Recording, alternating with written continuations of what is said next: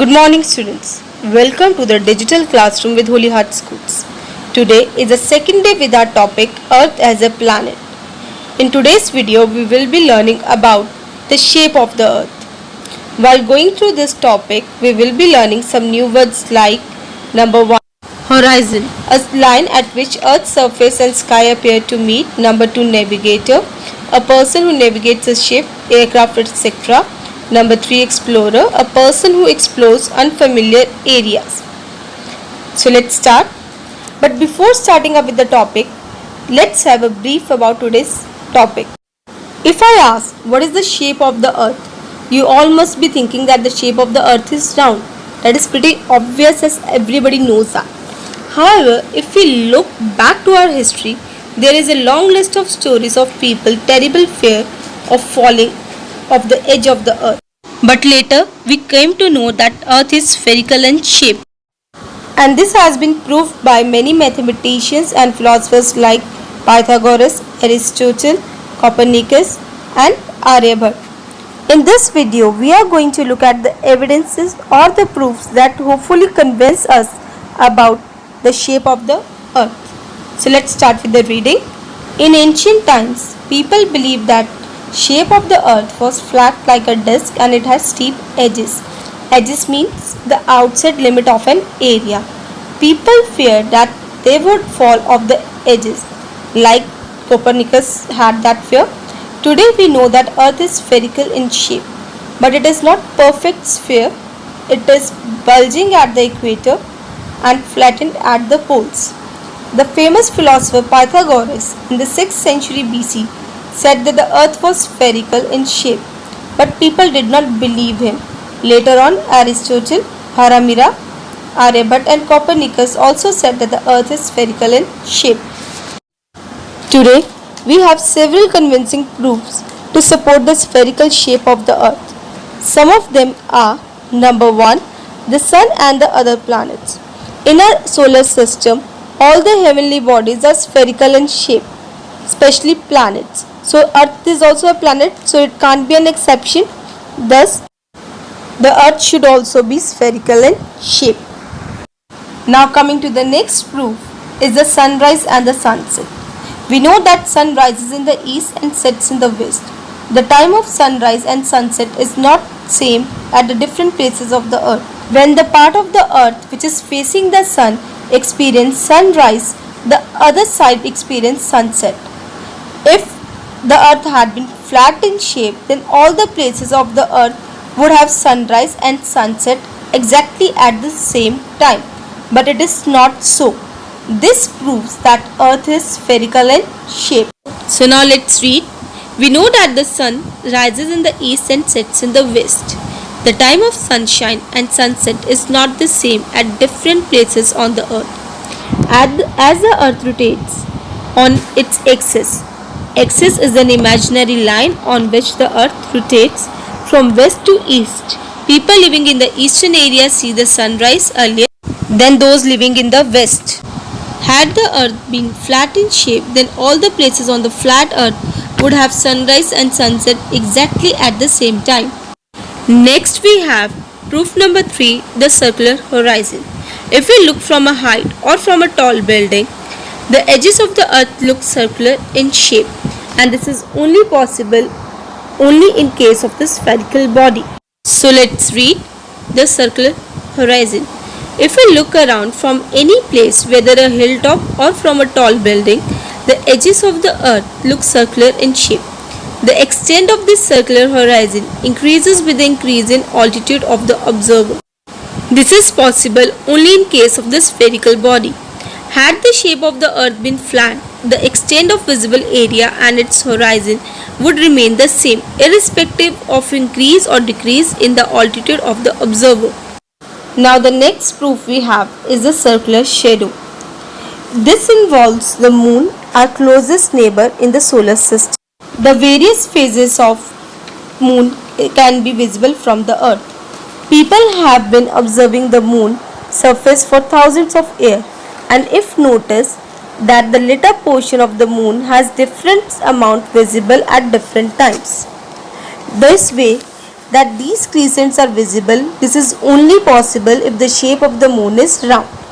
Now, early astronomer Aristotle, who lived more than 1700 years ago, noticed this, and he went a step further. He observed the moon during the lunar eclipse, and what he noticed that during lunar eclipse the earth's shadow cast on the moon is not the straight shadow. Aristotle said that the only possible shape that can cast a rounded shadow is a sphere, and from there we have a concrete evidence of the spherical shape of the earth. So now let's read. The basis of Aristotle's belief about the spherical shape of the earth was its circular shadow observed during the lunar eclipse. Lunar eclipse is an eclipse in which the moon appears darkened as it passes into the earth's shadow. The circular shadow can only be cast by a spherical body. Hence it proved that the shape of the earth is spherical. Now the next proof is the sighting of a ship. Imagine going down to an ocean and looking out at a distance of a vast sea. At a distance you will see a horizon. Horizon is a point where sea meets the land, here shown by the black horizontal line. Now imagine your friend has taken a new ship for a sail on a high seas. As your friend is going farther and farther away, the ship is going smaller and smaller. This is due to the rule that something that goes more distant, it appears smaller. If you watch carefully that as the friend is in the ships get farther and farther away, the ship actually appears to sink over a horizon. Now here two things can happen. One, if the ship could actually be sinking, or more likely explanation involves the shape of the planet. If you see here, black dotted line is showing the line of sight from the observer. Now as your friend sails away, you see most of the boat for quite a while, but as they go over the horizon, the ship will appear to sink. But it is actually not sinking, it is simply traveling along the curved surface of a planet. So now let's read. While standing on the sea coast means an area along the sea, if we watch a ship approaching the land, first we will see the smoke coming out of the chimney of a ship, because the entire ship lies below the line of sight. As the ship comes over the horizon, we can see the chimney, then deck, and finally the entire ship. This is due to the curved surface of the earth. Had the earth been flat, then we could see the whole ship at a time. Now here I have given you two different aspects of sight of a ship, and both are proving that the earth is spherical in shape. Now the next proof is the pole star. The position of the pole star is always vertical over the north pole. The elevation of the pole star is different at different places. The angle decreases towards the equator, and this is only possible if the shape of the earth is spherical. So now let's read. The position of the pole star is always vertical above the north pole. The angle of elevation means height of the pole star, is different at different places. The angle decreases towards the equator where it is 0 degree. This is only possible if the earth is spherical in shape. Had the earth been flat in shape, the pole star would have overhead at 90 degree at all the places on the flat surface of the earth. It means that angle changes with a change in elevation. Now the next proof is the circumnavigation. Circumnavigation is sailing all the way around something, especially world. Ferdinand Magellan, a Portuguese navigator and explorer, started his expedition from Spain. He sailed around South America, discovering the Strait of Magellan across the Pacific. Though he was killed in Philippines, one of his ships continued westward to Spain, accomplishing the first circumnavigation of the earth. So let's read. Circumnavigation. Circumnavigation means sailing all the way around something, especially world.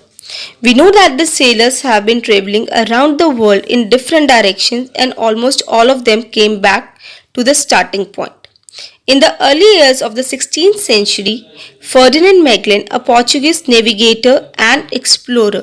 Navigator means a person who navigates a ship, and explorer a person who explores the unfamiliar area. Went on a voyage. Voyage means an organized journey, and discovered the Strait of Magellan. He sailed across the Pacific Ocean, though he was killed in Philippines, but his ship Victoria continued westward and finally completed the voyage around the world and proved that the earth is spherical in shape. So now students, this was our topic for the day. We will be continuing with more evidences in our next video. Till then, revise your topic and try to do the related question answers. Thank you.